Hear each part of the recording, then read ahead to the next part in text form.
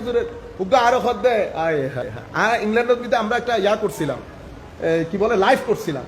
তো আমাদের ওখানে তো অনেক লোকজন আছে, আমাকে জিজ্ঞেস করতেছে চাই অনেক হাসমি শাহ হুজুর একখান কারামত হন তো, ঠিক আছে জিবে হর ইবুগ্গ মসজিদুর ক্ষতি। সাধারণ মানুষ হলে আমরা বুঝাইতে পারতাম। এখন আমরা না জানার এরিয়াটা কত জঘন্য হয়ে যাচ্ছে দেখেন। হাশিমি সাহেব হুজুরকে কি কারামত দেখাইতে হবে? ও বেটা পুরা নামটাই তো কারামত। মানে আলেমের ইলম হচ্ছে সবচেয়ে বড় কারামত। আলেমের ইলম হচ্ছে সবচেয়ে বড় কারামত।